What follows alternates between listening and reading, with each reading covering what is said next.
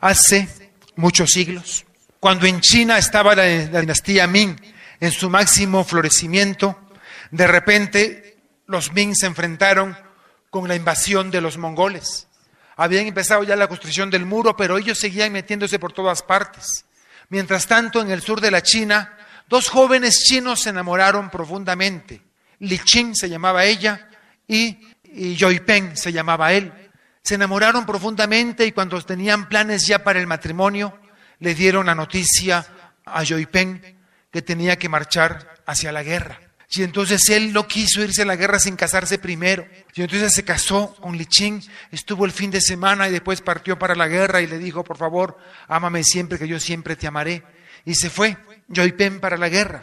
Estuvo como 3 años en guerra. Se enteraron de que habían habido algunos capturados, algunas guerras, algunos muertos. Li Qing iba todas las semanas a mirar la lista de los muertos que iban ocurriendo en el campo de batalla para ver si encontraba el nombre de Yoi Peng. Cada vez que llegaba un grupo de soldados relevados por otros, iba corriendo a la plaza del pueblo para ver si veía a Yoi Peng. Y Yoi Peng no llegaba. Una vez hubo noticias de que fueron a rescatar de un campo de concentración a un grupo de soldados chinos y que venían, todos ellos enfermos. Sale Li Qing y encuentra que llegaba en esa multitud de soldados como entes, con los ojos perdidos, la mirada perdida, sin pronunciar nada. Ven esa multitud de muertos vivos, busca entre la multitud y encuentra a Yoi Peng. Lo abraza y lo besa, le dice, mi amor, vente conmigo, pero él no dijo ni una sola palabra.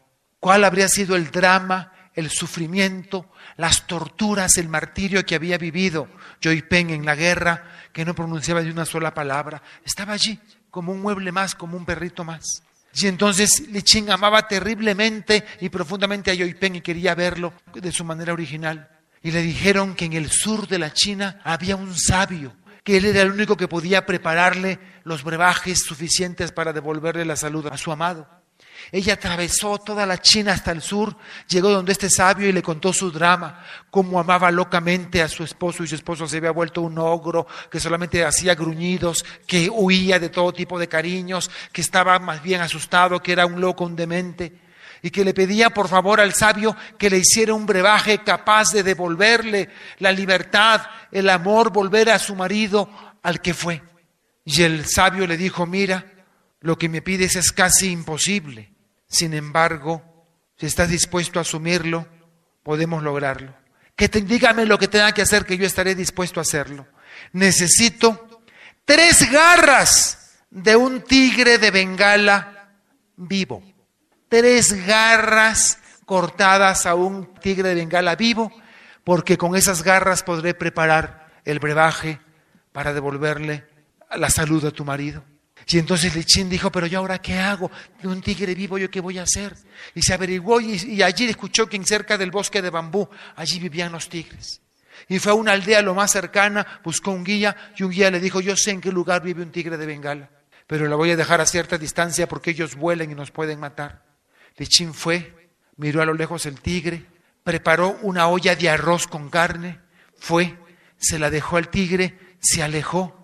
El tigre sintió el olor, llegó, miró, de repente la encontró a ella con la mirada y miró la olla, se acercó, pero no comió. Ella se fue.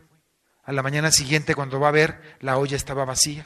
Y así, trabajosamente, durante más de 2 meses, fue llevándole la olla de arroz con carne al tigre. Cada vez se lo acercaba más, cada vez se lo acercaba más. Y ella decía, no me importa si el tigre me mata, yo quiero salvar a mi esposo. Lo amaba tanto que fue dispuesta a convencer al tigre para que le regalara 3 de sus garras. Después llegó a tal confianza con el tigre que ella colocaba la olla y el tigre, como un perrito, venía a comer de su olla de comida. Después un día se atrevió a acariciarlo y el tigre se dejó. Y después tal fue la confianza que llegaba el tigre y ella lo acariciaba hasta que un día le dijo, hermano tigre, necesito que me regales 3 de tus garras. Es lo único que necesito para salvar a mi amado. Te pido por favor que me regales tus garras. El tigre, como escuchándole, cerró sus ojos como que se hacía el dormido. Ella acercó la mano a la pata, le apretó un dedo, salió, como dicen en Barranquilla, cipote garra. Y entonces le cortó una garra, le cortó 2 y le cortó 3. Por fin, cuando consiguió las 3 garras, fue corriendo donde el sabio le dice: aquí están las 3 garras de tigre vivo que me pidió, aquí están, me he demorado 2 meses, pero aquí están, con paciencia, con esfuerzo, con perseverancia, me he ido ganando poco a poco la confianza de esa fiera hasta ser capaz de lograr que ella me regale sus 3 garras. Y entonces el médico dijo: muy bien, ahora sí creo que tenemos lo que necesitamos para salvar a tu marido.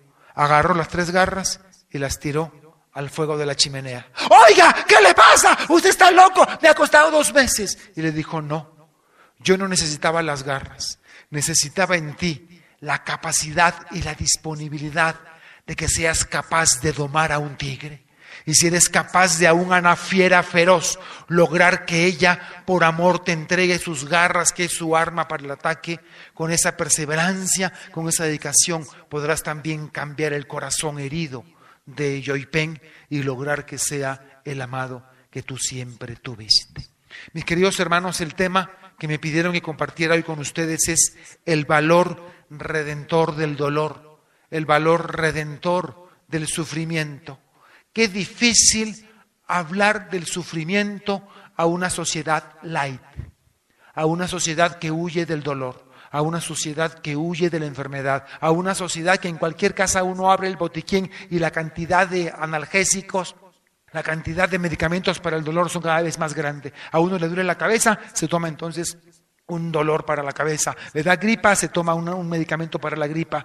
Cualquier dolor que tiene se está aplicando siempre el medicamento, el ungüento, la pastilla. Si el dolor es muy fuerte, la inyección para huir del dolor. Vivimos en una sociedad donde el dolor no es bien visto. En una sociedad donde la gente huye del dolor, detesta el dolor, ve el dolor como un castigo y como una maldición. ¿Cómo hacer ver a una sociedad que vive en medio de la comodidad, en una sociedad light, hacerles ver el valor redentor que puede tener el sufrimiento?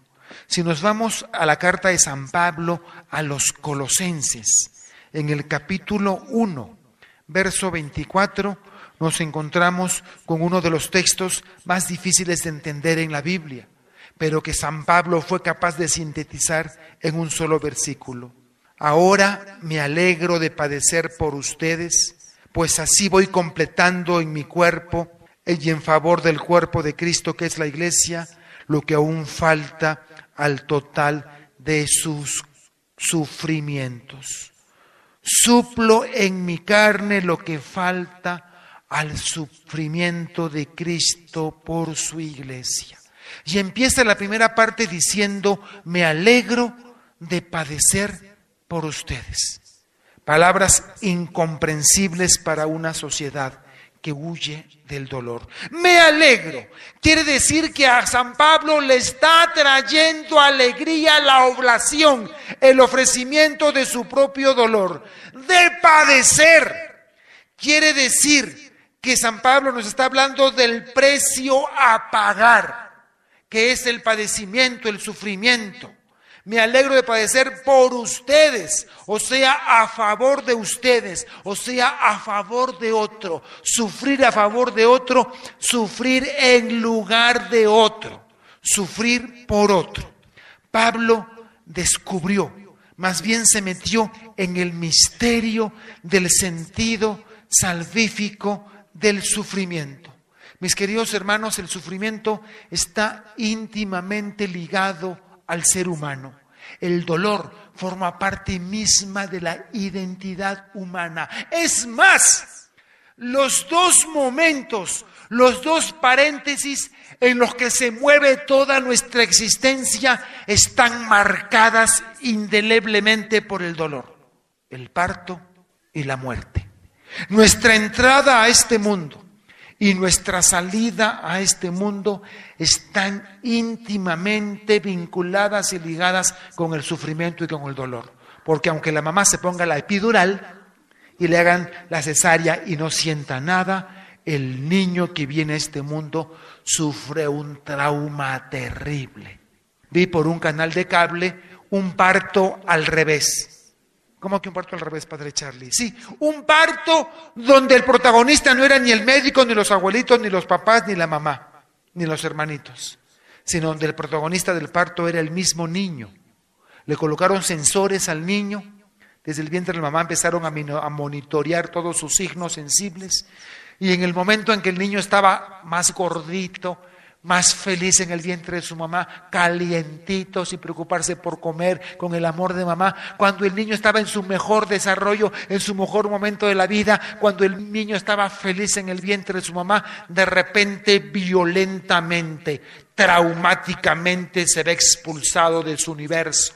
Se rompe la fuente, se ve expulsado, tiene que pasar por el traumatismo del parto natural o tiene que pasar por la violencia del corte del cordón umbilical.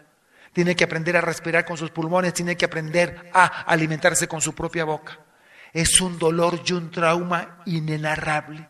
El ser humano llega a la vida marcado por el dolor y por el sufrimiento. Y el ser humano sale violentamente de esta vida también marcado por el dolor y el sufrimiento cuando abandonamos este mundo.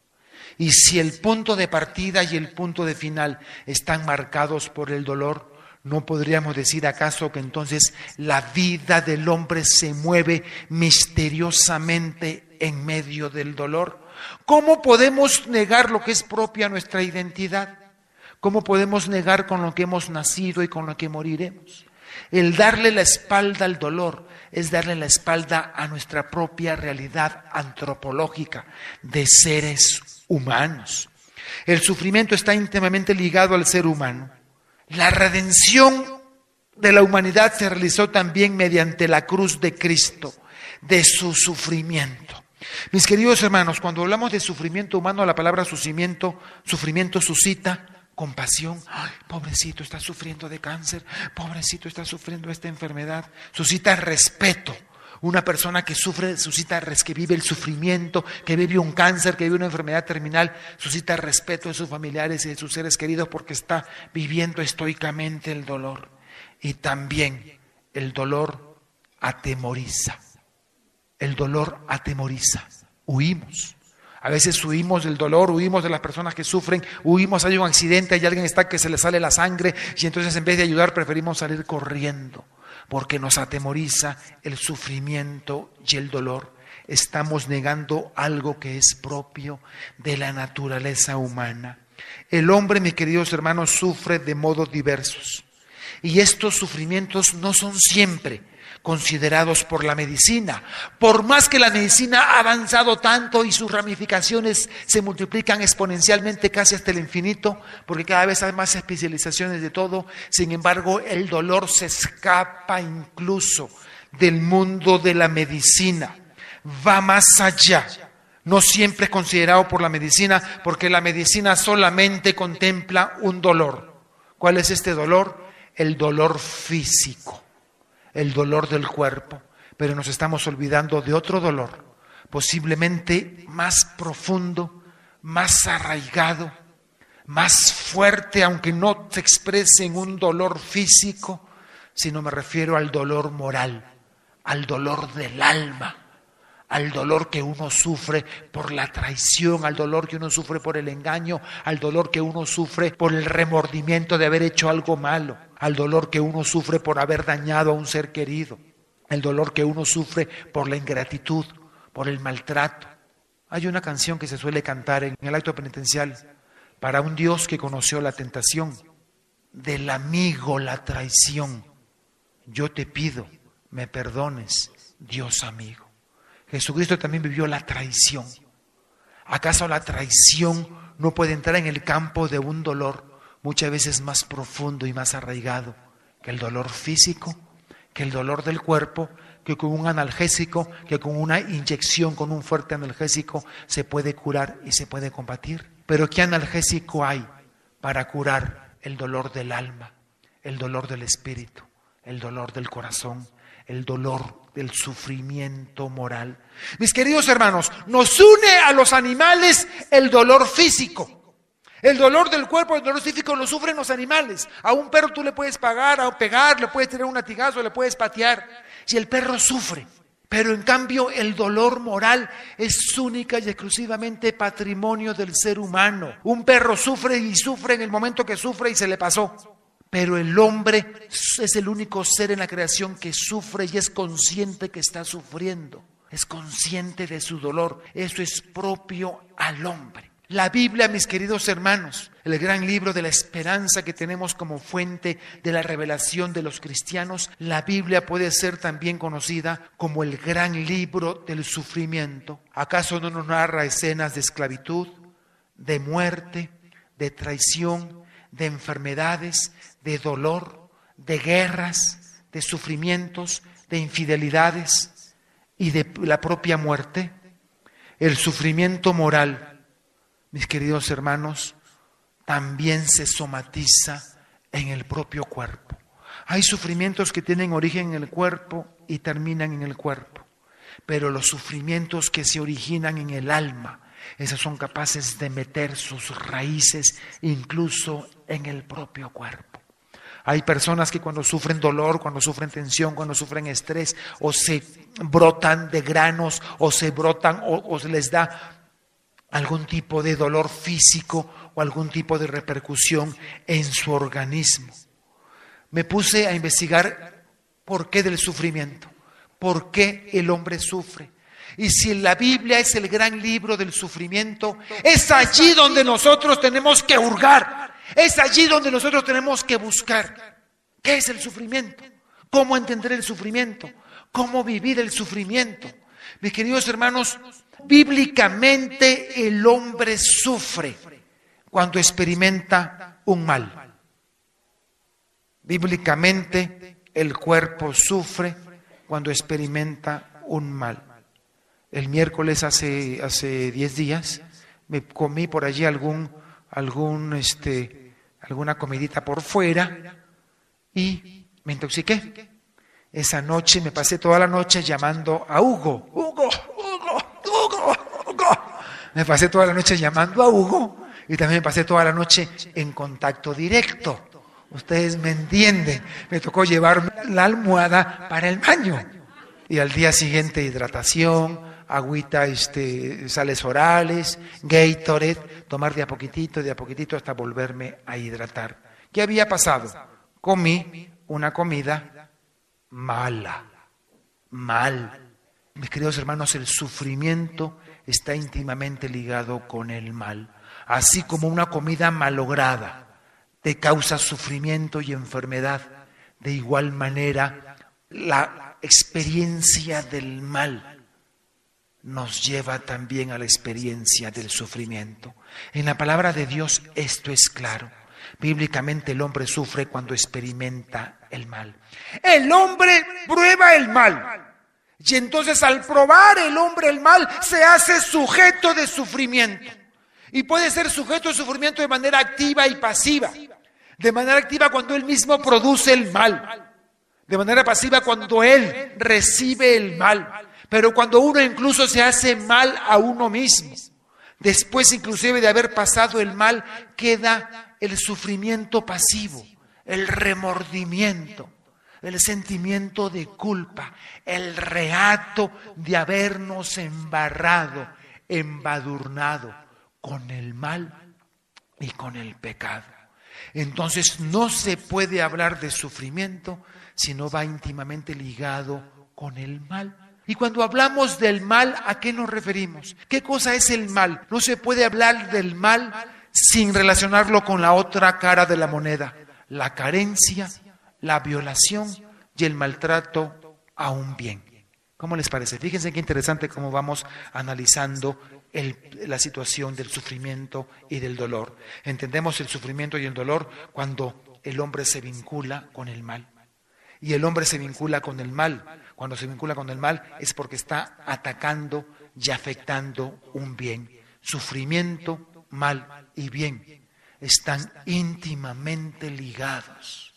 Entonces, un mal es la carencia de un bien o la afectación de un bien. Y esto lo entendió muy bien el pueblo de Israel. El hombre sufre por el mal que es distorsión de un bien. Tiene el sufrimiento por un mal. Y este mal es la pérdida de un bien. Y el hombre se pregunta, ¿por qué? ¿Por qué sufro? ¿Por qué estoy sufriendo? Es una pregunta inevitable cuando uno está sufriendo, sea un mal físico, sea un sufrimiento físico o un sufrimiento moral del alma. El hombre se pregunta, ¿por qué? Es la pregunta ineludible. ¿Por qué estoy enfermo? ¿Por qué estoy sufrimiento? ¿Por qué estoy viviendo este drama con mi marido? ¿Por qué estoy viviendo este dolor con mis hijos? ¿Por qué estoy viviendo este dolor en mi trabajo? ¿Por qué estoy viviendo este dolor con mi novio, con mi novia? ¿Por qué estoy viviendo este dolor? ¿Por qué estoy sufriendo? La gran pregunta del mal que el hombre primero se la hace a sí mismo. Pero esta pregunta tiene características angustiantes y de desesperación cuando se preguntan y van dirigidas al dueño de la vida, cuando son dirigidas a Dios. ¿Por qué del sufrimiento? ¿Por qué del dolor? ¿Por qué la enfermedad? ¿Por qué la muerte? ¿Por qué la miseria? ¿Por qué la explotación? ¿Por qué la guerra? ¿Por qué el hambre? ¿Por qué las enfermedades? ¿Por qué el narcotráfico? ¿Por qué la guerrilla? ¿Por qué la muerte sin sentido? ¿Por qué la traición de las personas que amo? ¿Por qué, por el contrario, por qué hago yo sufrir a las personas que más amo? Cuando estas preguntas van dirigidas hacia Dios, entonces pueden tener dos consecuencias: o alejarnos irremediablemente de Dios, haciéndolo el culpable de todos nuestros dolores, enfermedades, sufrimientos, y por el contrario, encontrar en Dios el catalizador para darle sentido a este sufrimiento. La pregunta del por qué lleva ineludiblemente a una segunda pregunta: el para qué. Y cuando hablamos del para qué, cuando hablamos del por qué, hablamos de la causa, de la razón y de la fidelidad de un sufrimiento. ¿Qué lo causa? ¿Cuál es la razón? ¿Y para qué me sirve? El por qué tiene esas tres preguntas. ¿Por qué? ¿Cuál es la causa? ¿Cuál es la razón? ¿Y cuál es la finalidad? Y eso nos lleva al sentido. ¿Cuál es el sentido de este sufrimiento? Y la única manera para poder entender el sentido del sufrimiento en el ser humano es de alguna manera acercarnos también a uno de los psiquiatras más grandes del siglo pasado, el doctor Viktor Frankl. Viktor Frankl vivió en los campos de concentración. Allí, en los campos de concentración, fue uno de los pocos sobrevivientes. Él es autor de una obra que se convirtió en un bestseller mundial: El hombre en busca de sentido. Y Viktor Frankl pudo descubrir que por qué algunas personas morían, no eran capaces de soportar y sucumbían ante el holocausto y ante los campos de concentración, y otras en cambio, aunque famélicos, aunque pegados al hueso, aunque sin ningún tipo de fuerza humana, sin embargo tenían una fuerza que sobrepasaba su propio cuerpo, que era capaz de mantenerlo vivo hasta el último instante.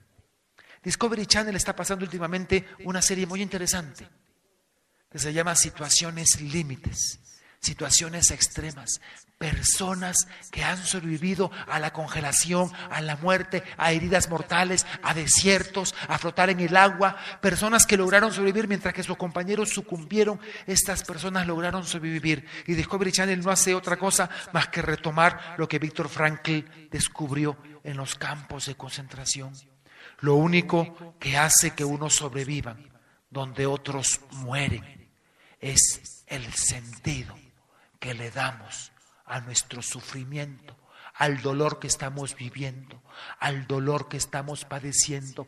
Cuando el dolor no tiene sentido, se vuelve en una tortura que desespera y que puede terminar en un suicidio o en una autoaniquilación. Pero cuando el dolor tiene sentido, somos capaces de soportarlo estoicamente, haciendo de tripas corazón, capaz de sobreponernos a él y capaz de vencerlo. Y lo que hablo del sufrimiento físico, me refiero también del sufrimiento moral, o los dolores del alma y del espíritu, que yo sigo diciendo que son más dolorosos que los del propio cuerpo. Muchos de ustedes aquí han experimentado el dolor de muchas formas. Muchos de ustedes han estado al borde de la propia muerte.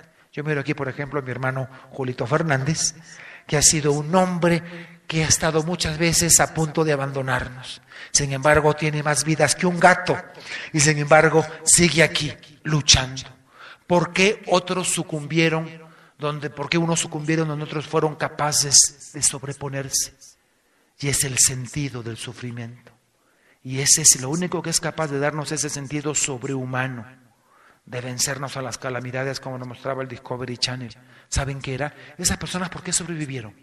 ¿Vieron alguna de las series?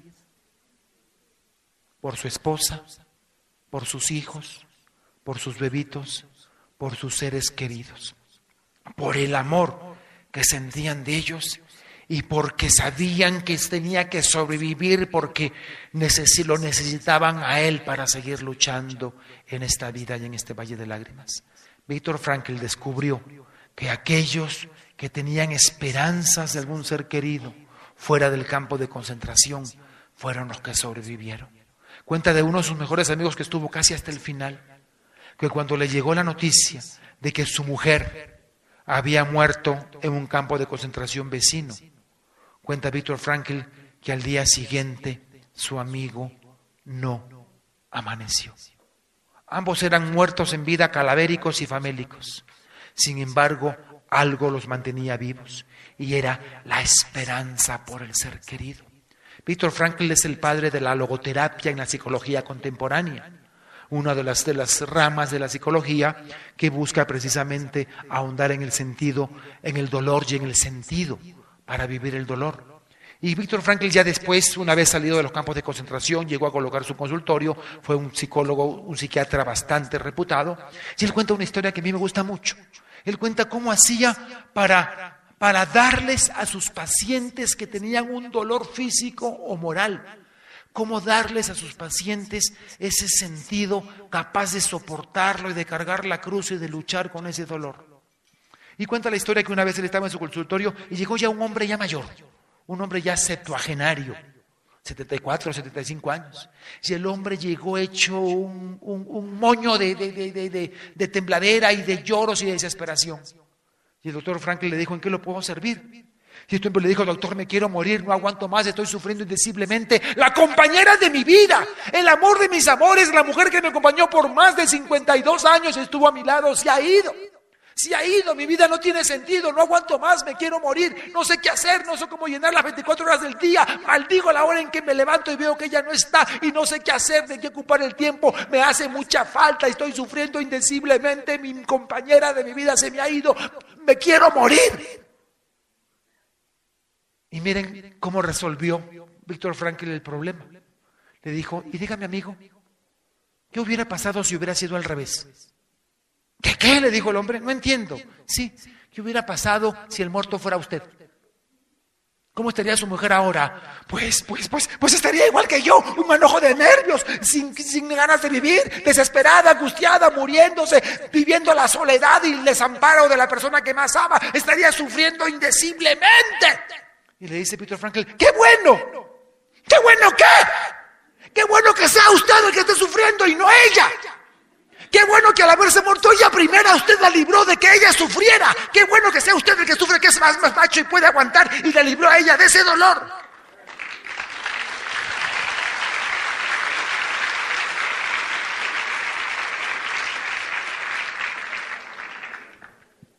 Dice Víctor Frankl que el Señor abrió los ojos y su mirada que estaba apagada, su rostro que estaba fruncido se iluminó.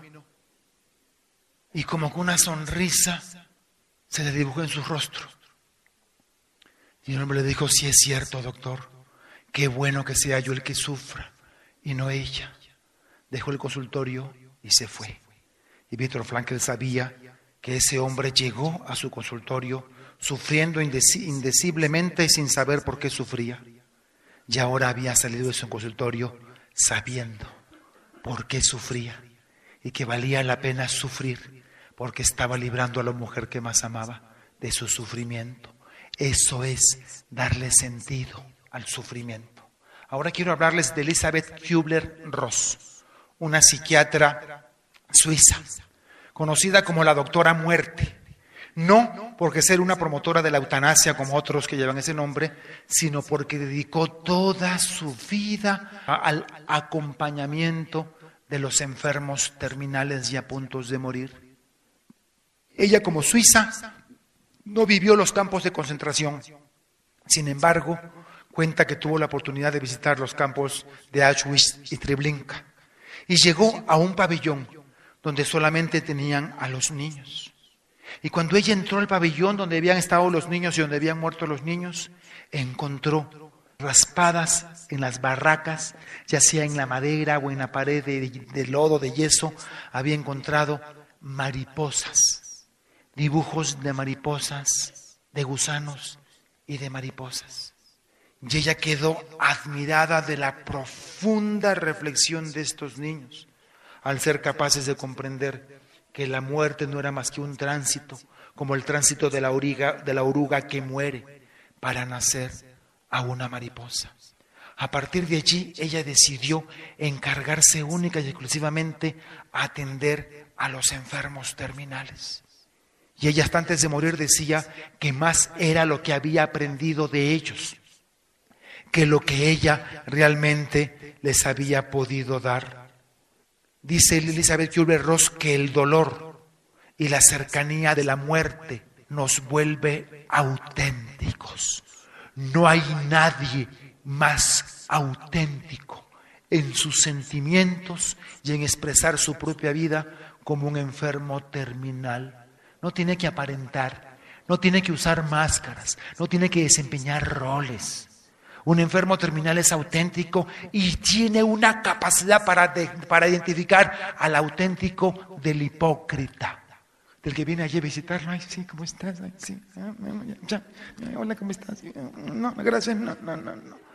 Si algunos de estos enfermos le decían a esa persona que viene a visitarlos, si usted está sufriendo, ¿para qué viene? No sabe que nos incomoda con su asco y con su desprecio, ¿por qué mejor no se va? Váyase para siquiera hacernos más tranquila nuestra propia vida. No hay nadie más auténtico que una persona que está cerca a la muerte. A veces hay algunas personas que dicen, ay no, que mamá no sepa que tiene cáncer y que se va a morir.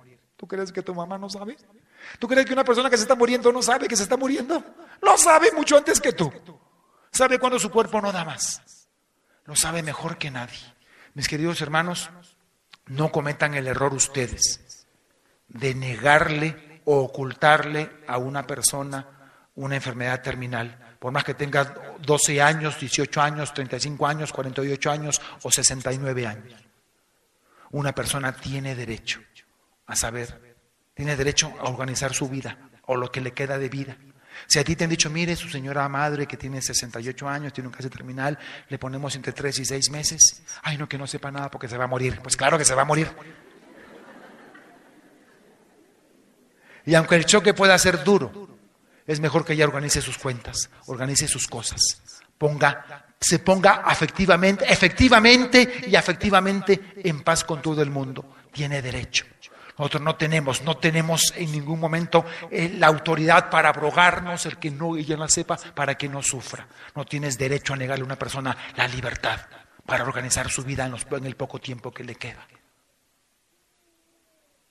Ay, no, padre, lo que pasa es que le tenemos miedo a la muerte, claro. Yo siempre insisto, el miedo a la muerte es directamente proporcional a la lejanía de Dios. Y punto. Dime cuánto miedo le tienes a la muerte y te diré qué lejos estás de conocer a Cristo Jesús. Y bien haces, porque el que la debe, la teme. Bien haces. Las personas que llegan Elizabeth Kübler-Ross descubrió que las personas que llegan ya al final de sus vidas es cuando entran a una relación íntima y profunda con Dios. No importa si sea judía, musulmana, atea, agnóstica, lo que sea o que no practique.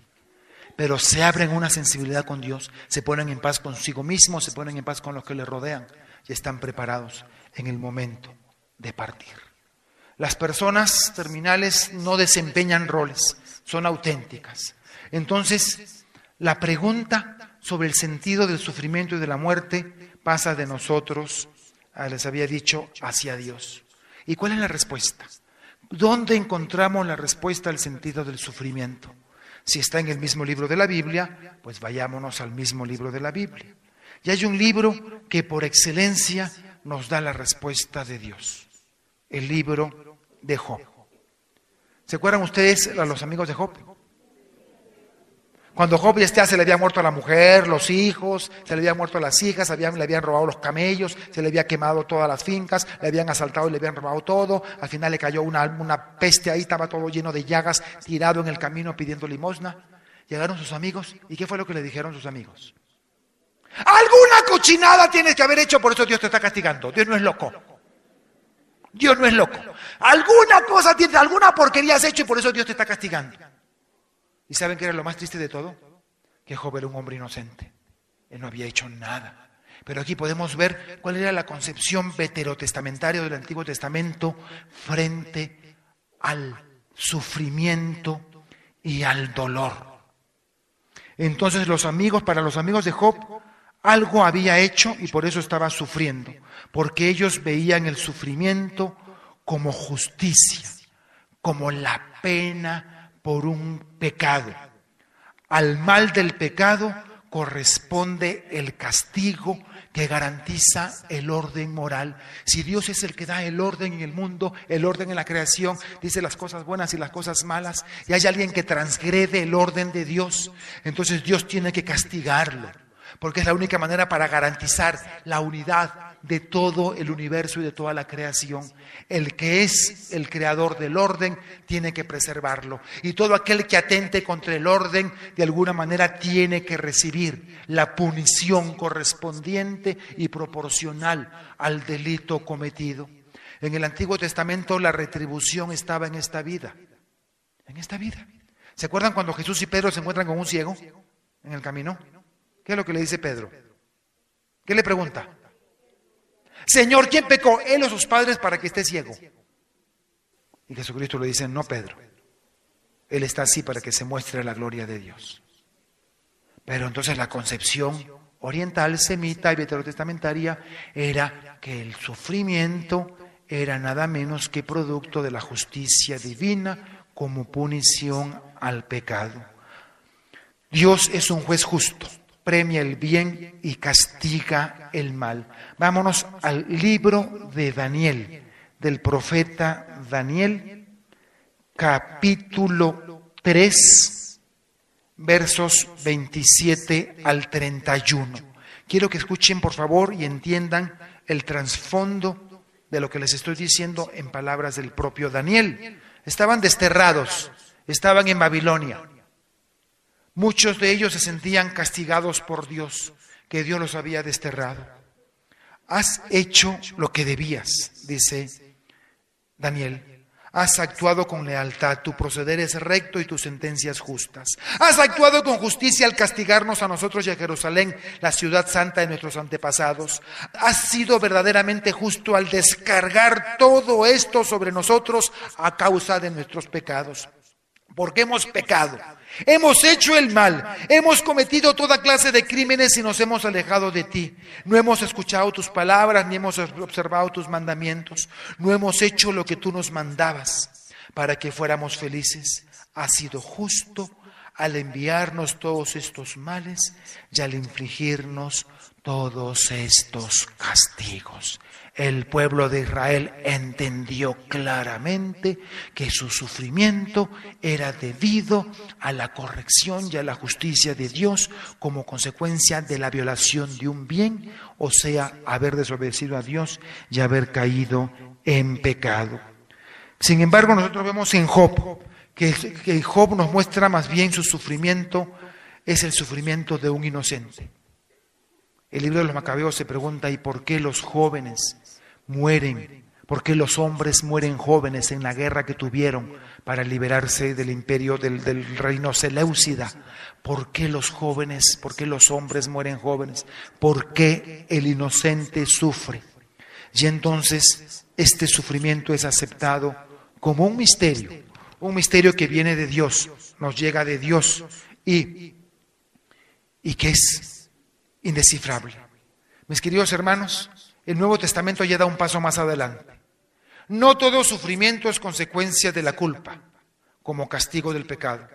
En Job el sufrimiento tiene un carácter de prueba. Ahora pasamos a un segundo nivel del sufrimiento. el sufrimiento como prueba. Job fue probado inocentemente y al final de cuentas Dios termina regañando a los amigos de Job y dándole la razón a Job. Job, que al principio del libro había sido un hombre fiel, un hombre que iba a la sinagoga, un hombre que amaba a Dios, un hombre reconocido como un hombre espiritual, un hombre que era reconocido como un hombre que era bendecido por Dios y que además era un hombre fiel, era un hombre cumplidor de sus preceptos, era un hombre religioso. A mí se me ponen los pelos de punta al final del libro de Job, cuando Dios habla y por fin revela todo. Job, que era reconocido como un hombre muy cercano a Dios. ¿Saben cómo termina Job su libro? Antes te conocía de oídas, pero ahora te han contemplado mis propios ojos. Y Job iba a misa, comulgaba, iba a las conferencias de la emisora Minuto de Dios, iba a los retiros con el padre Alberto en Shalom, iba a los seminarios de vida en el Espíritu, iba a su grupo de oración, a su comunidad de familias, etcétera. Y sin embargo, después de la prueba, Job tiene que decir que era considerado un hombre de Dios. Antes te conocía solo de oídas, pero ahora te han visto mis ojos. ¿Qué fue lo que llevó a Job de ser un religioso practicante a experimentar verdaderamente a Dios? ¿Qué lo llevó de una vida de ritualismos y de estereotipos a verdaderamente haber descubierto a Dios? ¿Qué fue? La prueba y el dolor. Curiosamente, siendo un hombre religioso y cumplidor de sus preceptos, como muchos católicos, de cumplimiento, entonces Job tuvo que, en medio de la prueba, encontrar a Dios. Pues el segundo nivel, ya en el Nuevo Testamento, el sufrimiento, es ver el sufrimiento como una prueba, como una invitación a crecer en Dios, como una invitación a comprometernos más con Él. La prueba como un llamado a la templanza. La prueba como el vehículo y la forma como Dios utiliza para refinarnos y para hacernos dúctiles a sus manos. La prueba como un llamado a soportar y a crecer en el Señor. Santiago 1:12. En la carta de Santiago, Santiago da la clave. Santiago nos explica en qué consiste todo esto, cómo ve Santiago la prueba. Antes de leer el 12, leamos el versículo 2, Santiago 1:2. Consideren como alegría perfecta, hermanos míos, el estar rodeados de pruebas de todo género. Pónganse felices cuando pasen por pruebas. Ponte feliz cuando pases por una enfermedad, por un dolor, por una traición, por una herida. Dice Santiago, alégrense cuando pasen por las pruebas. Uno dice, está borracho o está marihuaneado, porque ¿cómo va a ponerse uno feliz con las pruebas? No, ¿cómo voy a poner feliz con las pruebas? Yo me alegro con las bendiciones, con el placer, con la felicidad, con la comodidad, pero ¿cómo me voy a alegrar con las pruebas? Y empieza Santiago diciendo, alégrate en medio de las pruebas, alégrate cuando pases por toda clase de pruebas. Uno dice, está borracho, ¿qué le pasó? En el versículo 12 dice, dichoso el hombre y la mujer de Dios, que superan la prueba, porque una vez superada la prueba, recibirán la corona de la vida que el Señor prometió a los que lo aman. Entonces, ¿qué cosa es la prueba? Es un llamado de amor. ¿Para qué? Para que te superes y para que recibas la corona de vida. La prueba significa crisis. Y la crisis significa ¿qué? Desarrollo.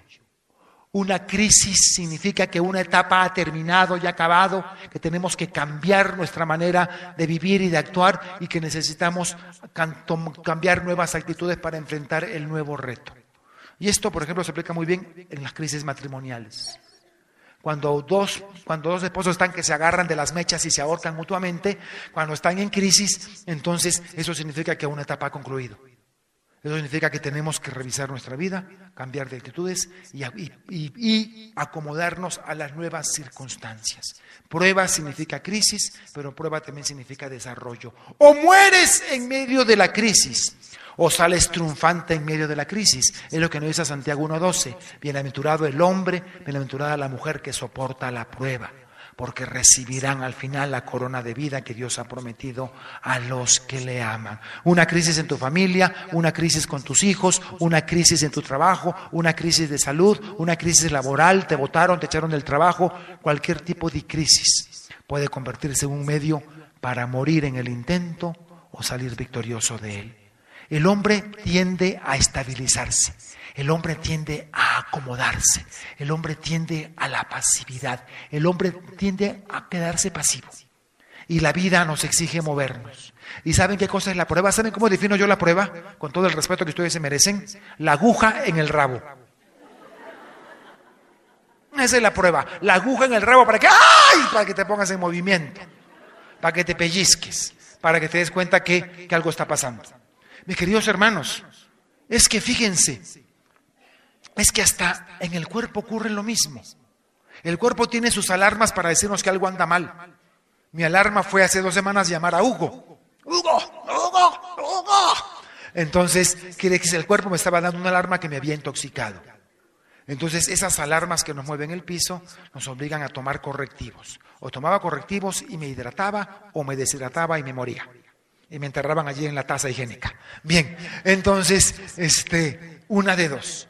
Entonces, si hasta para las cosas del cuerpo, las pruebas y las crisis se convierten en un medio de cambiar radicalmente las actitudes, lo mismo ocurre en el campo moral y espiritual.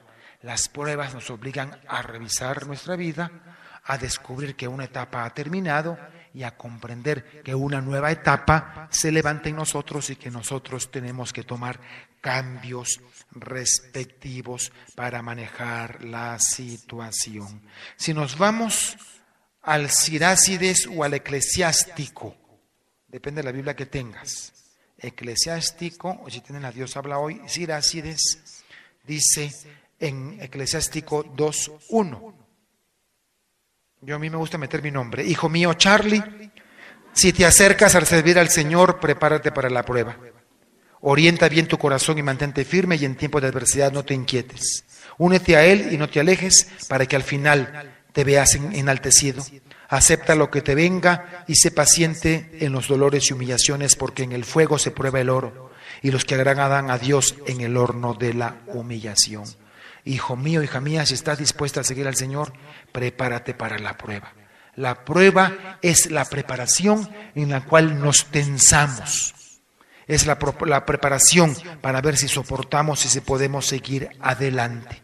Uno de los hechos históricos que me gusta de la vieja España es descubrir que los españoles pudieron expulsar a los moros después de 800 años de dominación. Miren, nosotros tuvimos a los españoles 350 años y como que fue mucho tiempo, ¿no? Pues ellos los tuvieron más del doble que nosotros, 800 años tuvieron a los moros.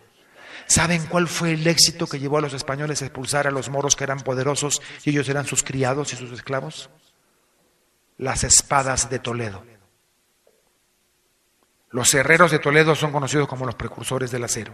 Los coleccionistas de armas buscan como de sus joyas más preciadas una espada de Toledo del siglo XV, porque fue con esa espada que expulsaron a los moros. ¿Cuál era el secreto de las espadas de Toledo? La forja. Agarraban 100 espadas y la metían al fuego al rojo vivo.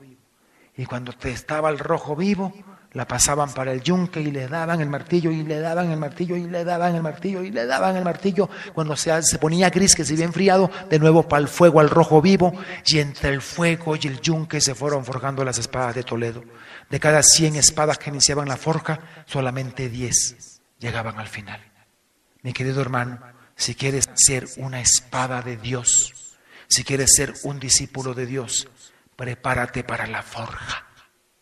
Hay mucha gente que le dice: ay, Señor, qué calor, Señor, sácame del fuego, Señor, me estoy quemando, Señor, sácame, ay, gracias, Señor, ¿cuál gracias? Va para el yunque, comadrita, y en el yunque, ay, no, no más, au, me duele, no más, Señor, ay, gracias, va para el fuego, comadrita. Y entre el fuego y el yunque se van forjando las espadas del Señor. En 1 Pedro 1, 6, 7, antes de nuestro intermedio, vamos a leer esta cita. La primera carta de San Pedro, capítulo 1, versos 6, 7, nos empieza a hacer un paralelo muy interesante, Pedro, entre el oro y el fuego. Dice: Por eso viven alegres, aunque un poco afligidos ahora. Es cierto, a causa de tantas pruebas, pero así la autenticidad de su fe, más valiosa que el oro, el cual es perecedero a pesar de haber sido purificado en el fuego, será motivo de alabanza y gloria y honor el día en que se manifieste Jesucristo. Dice entonces que nosotros tenemos que hacer, nuestra fe tiene que ser probada como el oro para que se refina. Entonces, mis queridos hermanos, vemos aquí cómo la corrección de Dios, la mano de Dios, la bendición de Dios, los castigos de Dios no son para destrucción, sino son muchas veces el dolor y la enfermedad puede ser un medio para crecer en la prueba. Qué difícil hablar del sufrimiento. El ser humano combate el sufrimiento. El ser humano huye del sufrimiento. Entonces, ya hemos visto todo más o menos el proceso antropológico del dolor y del sufrimiento en el hombre. Hemos visto cómo en el Antiguo Testamento el sufrimiento se veía como un castigo al pecado por haber violado un bien, un mandato de Dios. Y hemos visto cómo también en la última parte, que además de ver el dolor y la prueba como un castigo, también está la oportunidad de verlo como una prueba, como una oportunidad de crecer, de ser mejores, de ser más grandes, de estar mejor preparados en las manos de Dios. Ahora, mis queridos hermanos, vamos a tener como la conclusión sobre el sufrimiento.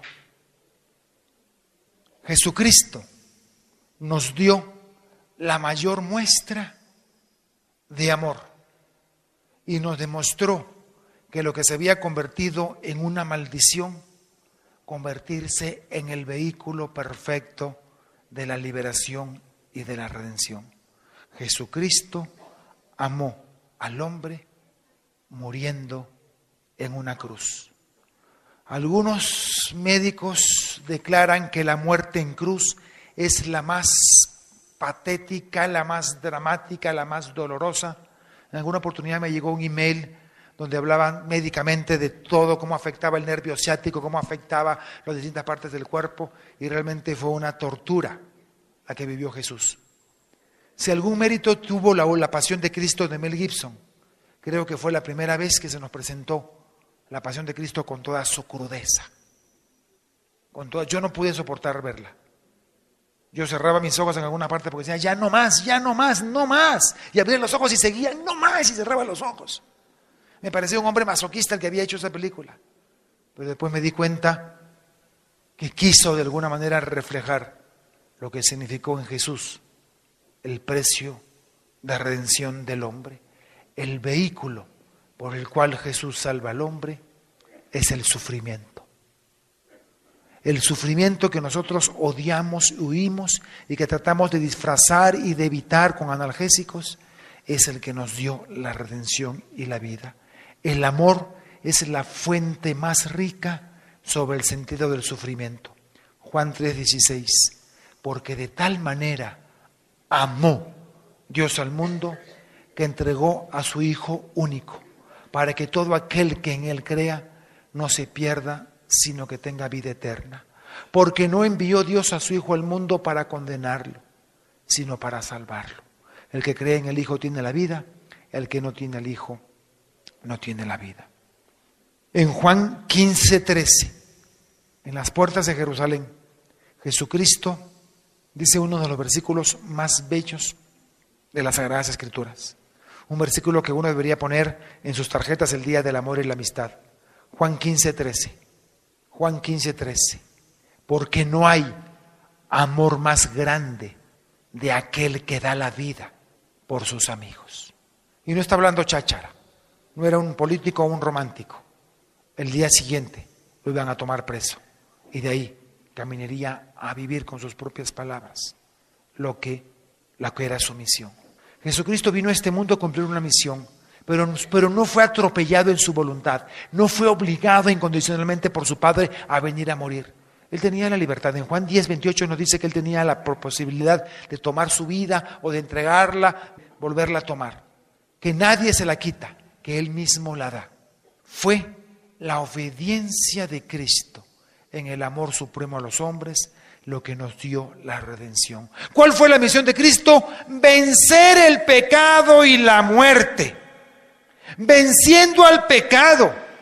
Vence al pecado obedeciendo hasta la muerte. Y vence a la muerte con la resurrección. El valor oblativo del sufrimiento. Cuando el sufrimiento se entrega como vehículo de oblación. Cuando el sufrimiento se convierte en vehículo de intercesión. Cuando el sufrimiento se convierte en vehículo de redención. Podemos hacer dos cosas con el sufrimiento. Taparlo o soportarlo. ¿Quién lo soporta? ¿Para qué? Claro, un sufrimiento sin sentido no se soporta. Pero ¿por qué no le das sentido a tu sufrimiento? ¿Cómo así, Padre Charlie? Claro, la próxima vez que te agaches y sientes ese lumbago y ¡ay! Pegas el grito. Entonces, en vez de mandar 3 ajos, ofrécelo. Señor, te ofrezco por mi marido borrachín y sinvergüenza. La próxima vez que tengas un dolor, no lo desperdicies. Cuando tú tengas un dolor y grites por él, ya habrás desperdiciado tu dolor. Dale valor redentor al sufrimiento. Ahora que estamos en Cuaresma, que se nos invita a las pequeñas mortificaciones, a los sacrificios, a las limosnas. Una de ellas son las pequeñas mortificaciones que nos ayudan para templar el alma. Pero cuando una oración va de la mano con un sacrificio, un ayuno, un dolor, es una oración que tiene el sello de entrega inmediata. Fíjese que los santos en el siglo XVI, XVII, Santa Rosa de Lima, Santa Mariana de Jesús, llegaban a tal grado de sufrimientos, de infligirse heridas, de colocarse cilicios, para que ese dolor se convirtiera tuviera poder redentor. Mis hermanos, hay un poder redentor en el sufrimiento que estamos desperdiciando. Hasta en ese dolor de muelas, hay un poder redentor. Muchos santos se infligían dolores y se colocaban cilicio para pedir por algo. ¿Cuánto más el que ya tiene de alguna manera ese dolor? Pablo empezaba en la conferencia con 1 Colosenses 1:24. Completo a los sufrimientos de Cristo Jesús, a lo que falta en mi cuerpo. Entonces me uno al sufrimiento de Cristo Jesús en mi propio cuerpo, recibo por el amor a ustedes el dolor del sufrimiento para completar lo que falta para la edificación de la iglesia. Hay un dolor que tiene valor redentor, hay un dolor que tiene valor de intercesión, hay un dolor que si tú lo utilizas puede servirte para convertir a tu hijo, para convertir a tu hija, para salvar a un ser querido y para el otro. Fue una religiosa de la Presentación colombiana la que creó el Comisur, la Comisión Misional del Sufrimiento, la que se dio cuenta que si el sufrimiento era valioso y que el que nos reveló el valor redentor del sufrimiento fue claramente el Papa Juan Pablo II en su segunda carta apostólica, que nadie la quiere leer, porque el tema a nadie le gusta. Me refiero a la Salvifici Doloris, el valor redentor del sufrimiento de Juan Pablo II, escrita en el año 1980. Conocemos la Familiares Consortio, conocemos la Laborex Exercens, conocemos Redentor Hominis, pero nadie se acuerda de la Salvifici Doloris, porque no nos gusta el sufrimiento. Y estamos desperdiciando una de las bombas más poderosas para la conversión de nuestros seres queridos, el dolor. El dolor. Esta religiosa de la Presentación empezó a visitar los hospitales, los enfermos terminales, y empezaba a decirle: no se queje tanto, ofrece su dolor por la conversión de sus seres queridos. No lo desperdicie, no grite, aguántese, le diga: Señor, esto duele mucho, pero te pido por el sinvergüenza de mi hijo. Ofrece tu dolor, no lo desperdicies. Y un testimonio que nunca me cansaré de contar fue el que me ocurrió siendo vicerrector del seminario de Tacna en el Perú. El capellán del hospital del Seguro Social salió de vacaciones y el obispo dijo: bueno, como hay 5 padres en el seminario, que uno de ellos coja el hospital. Y el padre rector me mandó a mí. Y entonces empezaba a visitarlos, llevarle la comunión, confesarlos. De repente las enfermeras me dijeron: ay, padre Charlie, por favor hable con doña Elvira del 316 que nos tiene podrida, se queja, grita, aúlla, le estamos colocando morfina y sigue chillando y chillando y no hay como taparle la boca, nos tiene con los pelos de punta. Haga algo con esa mujer, tápele la boca. Bueno, fueron muy sinceras las enfermeras, ¿no? Y entonces yo entro y converso con ella y me acordé de esto del valor redentor del sufrimiento y empiezo a hablarle. Y le digo: ¿y no tienes seres queridos? No, esposo no. estoy separada. Hijos, no, nunca tuve. Familiares, no, vivo sola. Y tengo un cáncer terminal de estómago. Entonces, yo le digo, mire, doña Elvira, ¿por qué no ofrece usted su dolor por una causa noble? ¿Cómo así, padre? Sí, mira, es que el dolor tiene más, es una bomba atómica entre las oraciones. Una oración con dolor es una bomba atómica. Entonces, vamos a ser socios. Yo soy el responsable de la pastoral vocacional en la diócesis de Tacna. Entonces, vamos a ser socios. Tú ofréceme tu dolor. Cuando te duele algo, te callas, te mueves los labios y lo ofreces por las vocaciones sacerdotales. Y yo me encargo de buscarlas. Listo, trato hecho, socio, trato hecho, y nos dimos las manos socios. Y entonces las enfermeras me decían, padre Charlie, ¿qué hizo con doña Elvira? ¿Qué cosa lo que ha hecho? Porque vemos que está doliendo, se está quejando, se muerde los labios y no pronuncia ni una sola queja. Díganos cuál es el truco para utilizarlo con otros pacientes. Le digo, no, ese es un secreto entre mi socia y yo. ¿Qué son socios? Sí, tenemos una empresa común. ¿Así? ¿En qué momento? Y entonces yo me acuerdo que yo le llevaba, los viernes llevaba de la comunión y le decía, socia, ¿cómo está? Y me decía, socio, me imagino que debe estar reventando el seminario porque eso está muy fregado. Esto está muy fregado. Deben estar colgados por la ventana los seminaristas, me decía. Y siga usted ofreciendo su dolor y yo lo sigo buscando. Todos los años, entonces ella ofreció su dolor. Y la gente asustado porque ella no decía ni una sola queja, mordía los labios, arrugaba el rostro. El rostro era el reflejo de la dolor que sentía por dentro, a pesar de la morfina. Sin embargo, no pronunció una sola queja. Un día que voy subiendo, entro al pasillo del tercer piso y de repente veo todos los aparatos que monitoreaban a doña Elvira, los veo afuera, en el pasillo. Entro al cuarto y las sábanas en el piso. Entró una enfermera detrás de mí y me dijo, padre Charlie, me dijo, doña Elvira falleció anoche. La jefa de enfermeras de la estación le dejó un mensaje y me lo leyó y me decía, padre Charlie, las últimas palabras de doña Elvira fueron para usted. 2 puntos, entre comillas, díganle a mi socio, el padre Charlie, que su socia no le ha fallado. Y murió sin quejarse un solo minuto. Todos los años nos entraban 6, 8 seminaristas. Ese año nos entraron 24 seminaristas.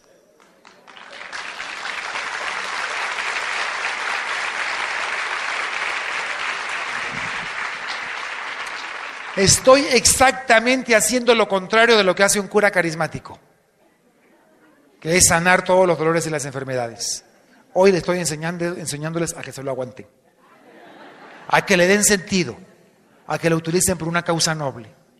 Tu familiar, tu negocio, tus hijos, tus seres queridos, todos tenemos algo por qué pedir. Si ya te regaló el dolor, si te ha asociado a su pasión, ¿por qué no aprovechar ese dolor a su pasión para hacer algo grande? Hay algunas personas que Dios las salva, las asocia a su dolor. Y hay personas que como Job, completamente inocentes y buenas y que nunca fueron malas, mueren de enfermedades penosísimas y dolorosas. Pero es una manera para que el dolor de estos hombres y mujeres santos de Dios, Dios los utilice para redimir al mundo, para liberar al mundo del pecado, de la desgracia y del mal. Desperdiciamos el dolor, huimos del dolor. Siempre me piden, Padre, misa de sanación, sáneme. Hoy quiero decirte que no quiero pedir para que te sanes. No, si viniste para que te sanara, te equivocaste. Hoy has venido porque el Señor te quería regalar esta arma poderosa, esta arma potente, el poder de ofrecer tu dolor para redimir al mundo, para convertir a tus seres queridos, para romper las cadenas del yugo, del pecado y de la opresión. Y no solamente me refiero a los dolores físicos, también a los dolores del alma. ¿Quién no ha sufrido una decepción? ¿Quién no ha sufrido el maltrato de un cónyuge? El abandono del hombre o de la mujer que prometió amarlo para toda la vida. ¿Quién que se gastó y se desgastó por sus hijos no ha vivido la indiferencia, la indolencia? Como dice la canción de la vida, algunos que se van sin siquiera decir adiós. Y otros que a veces con sus conductas nos atraviesan el corazón. Esos dolores también, los morales. Si los físicos tienen tanta potencia para la redención, ¿por qué no utilizar también esos dolores, esas heridas profundas, como un medio también de redención y de purificación? Yo quiero invitarte a que no desperdicies tu dolor, Padre, voy a todas las misas de sanación, me imponen las manos y no nada que me sano. Y yo le digo, ¿no será que el Señor te ha dado ese dolor no para que te sanes? ¿No será que el Señor te ha dado ese dolor para que hagas algo grande con Él? ¿No será que ese cáncer que te diagnosticaron no es para que te sanes y pases a hacer testimonio? ¡Ay, el Señor me sanó, qué lindo, sí! Pero ¿no será que el Señor quiere asociarte a ese dolor, a la pasión de Cristo, para que intercedas por tus familiares, para que logres que todos tus hijos que ya están lejos del hogar con sus propias familias puedan conocer a Jesucristo como su Señor y Salvador? Dejemos de ser carismáticos, fanáticos, de sáname. Si Dios no te ha sanado en un buen tiempo, es porque Él no quiere sanarte, porque te quiere dar un regalo. Ay, Padre, con ese regalo mejor que no me lo dé. Lamentablemente es un regalo que no puedes despreciar. Puedes evitarlo con analgésicos o puedes asumirlo. Quiero recomendarles la Salvifici Doloris de Juan Pablo II. Aquellos que sufren y tienen enfermedades crónicas y quieren profundizar más sobre el sentido del dolor, redentor del dolor, lean este documento, que es un documento de vida, de fortaleza y de salud. Curiosamente, cuando nuestro dolor tiene sentido, ya no nos duele. Cuando tu dolor tiene sentido, ya no te duele. Cuando eres capaz de ofrecer tu dolor por algo, ya no te duele. Cuando un padre tiene que deslomarse trabajando porque no les falta el pan de sus hijos, ya no se cansa, ya no le duele. Una vez en el África, contaba un sacerdote, una niña llevaba a su hermano. La niña tendría 8 o 9 años. En su momento tenía 12 y 13 años. Y lo llevaba cargado porque su hermano había pisado una mina y le faltaban las 2 piernas. Entonces un misionero le dijo, ¿pero por qué lo cargas? Déjalo a un lado, ¿no te pesa mucho? Y le dijo, no, padre, es mi hermano, no me pesa. Es mi hermano, no me pesa. Cuando uno sufre por amor, se convierte en una donación y está emulando y repitiendo el sacrificio de Jesucristo en la cruz. Amar hasta dar la vida. ¿Cuántas mamás, cuántos papás quisieran tener ellos la enfermedad que a sus hijos les ha dado, les da? ¿Cuántos papás y mamás quisieran cambiar de alguna manera la suerte de sus seres queridos? Y hay aquí un matrimonio al que yo quiero mucho, a que el Señor los probó y les llevó a su hija. Y en alguna oportunidad ella me dijo, Padre, ¿cómo puedo hacer para que el Señor me dé a mí esa enfermedad y se la quite a mi hija? Ese es el amor capaz de dar la vida. No me importa, soy capaz de soportarlo si él va a estar bien, si ella va a estar bien. Eso es cumplir Juan 15:13. No hay mayor amor de aquel que da la vida por los que ama, por los que le ama. Mis queridos hermanos, perdónenme si no vinieron a encontrar lo que buscaban. Perdónenme si no les traigo la sanación mágica debajo de la manga. Perdónenme si lo que hago es echarles una cruz más en el hombro. Pero las palabras de Jesús fueron claras y radicales. El que quiera ser mi discípulo, que se niegue a sí mismo, cargue con su cruz del dolor, de la enfermedad, del sufrimiento y me siga. Hoy no vamos a buscar milagros externos, vamos a buscar milagros del corazón.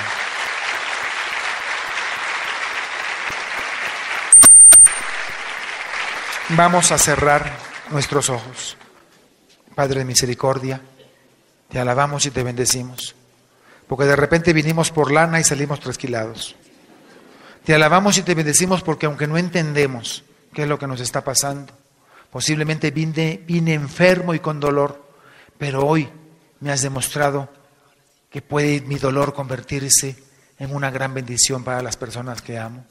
Quiero darte gracias por cada una de las personas que están aquí, en especial por las que están sufriendo un dolor físico y por los que están sufriendo un dolor del alma, un dolor moral, para que tú, que eres el Dios de la vida, para que tú que nos demostraste tu máximo amor con la radicalidad de la muerte por amor, nos enseñes a nosotros a ofrecer nuestro insignificante dolor por una causa noble, como una causa redentora.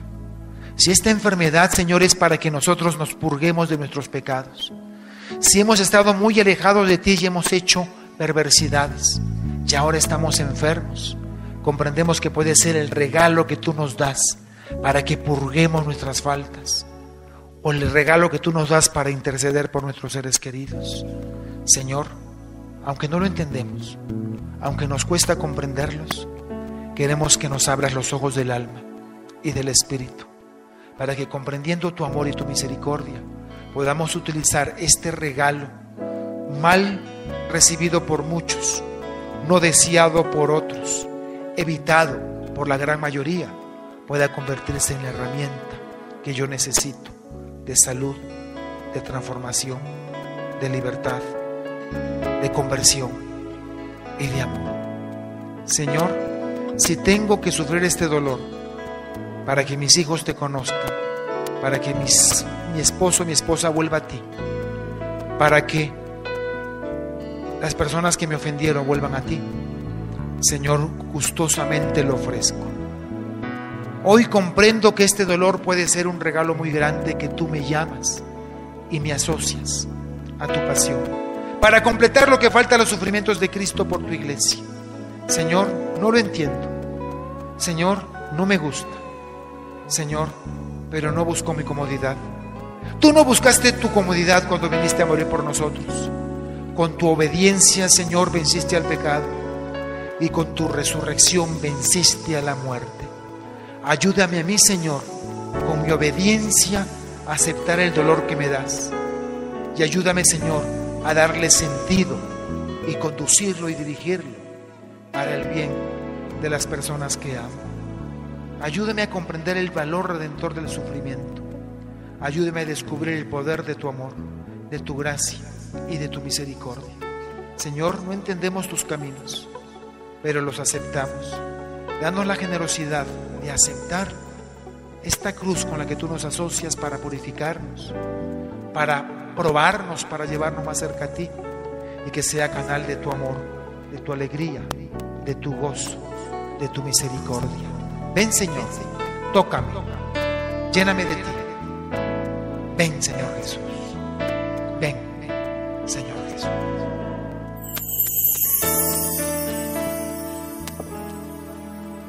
En ti confía mi corazón,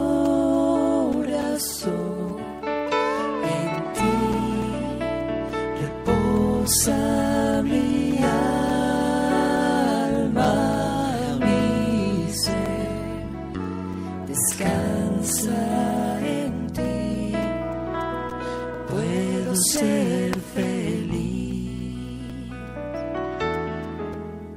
En ti confía mi corazón, en ti reposa mi alma, mi ser descansa en ti, puedo ser feliz. Sí, Señor, en ti descansa nuestra vida, en ti descansa nuestra alma, en ti descansa nuestro ser. En ti, Señor, queremos colocar nuestro sufrimiento, en ti queremos colocar nuestros dolores del cuerpo, del alma y del espíritu. En ti queremos colocar esas heridas que nos han producido tanto dolor. No queremos que sea un dolor desperdiciado, queremos que sea un dolor redentor. Aunque nuestro alma llora, aunque nuestro corazón se desgarra, aunque nos sentimos impotentes frente a nuestra miseria, ante el dolor que hemos causado, Señor Jesús, venimos ante ti, porque en ti y solamente en ti reposa nuestra alma, reposa nuestro ser. En ti confía mi corazón, en ti reposa mi alma, mi ser descansa en ti, puedo ser feliz. En ti confía mi corazón, en ti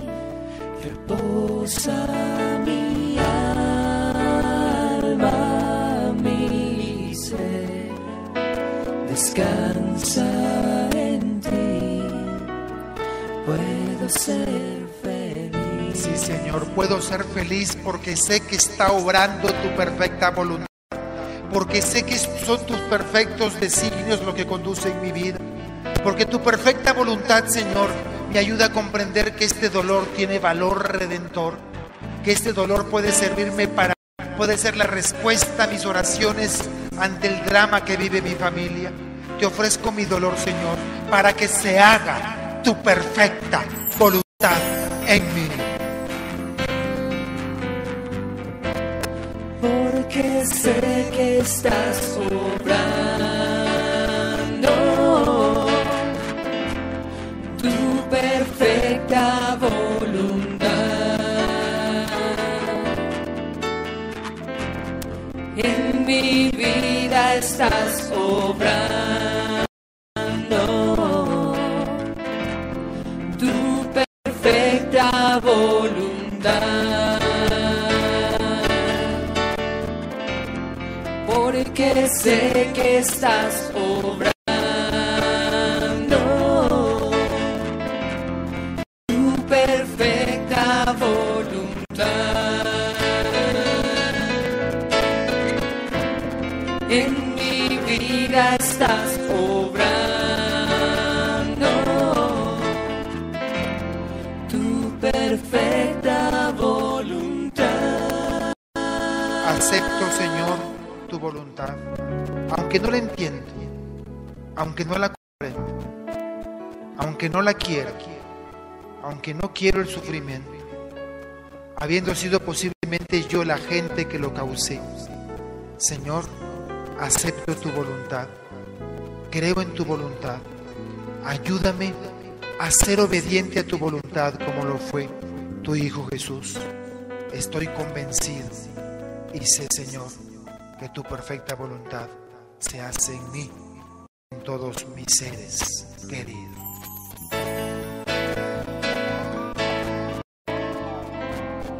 Porque sé que estás obrando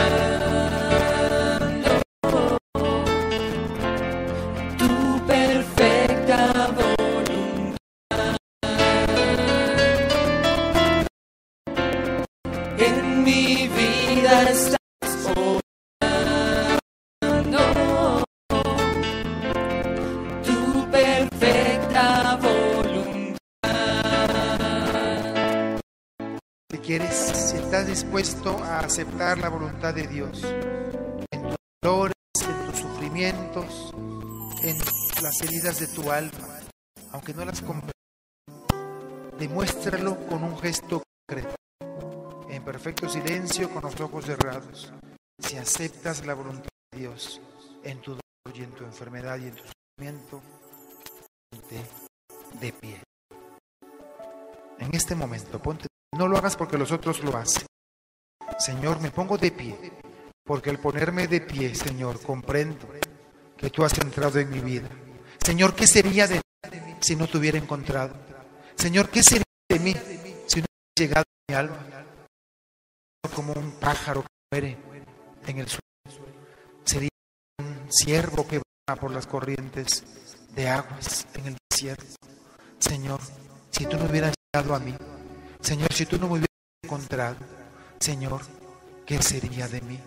Por eso me pongo de pie, aceptando tu voluntad en mis dolores, en mis enfermedades, en mis angustias, Señor, y proclamo, Señor, en mí y en todas tus criaturas. No deseo nada más, Dios mío. Pongo mi vida en tus manos, te la doy con todo el amor de que soy capaz. Padre, me abandono en tus manos, haz de mí lo que tú quieras. Ponemos también en tu mano, queremos bendecir esta ofrenda. Vamos a cantar en este momento por la emisora Minuto de Dios. Te entregamos esta ofrenda porque sabemos que somos los beneficiados con tu amor y con tus bendiciones. Toca nuestros corazones y ayúdanos a ser generosos en tu amor y tu voluntad. Por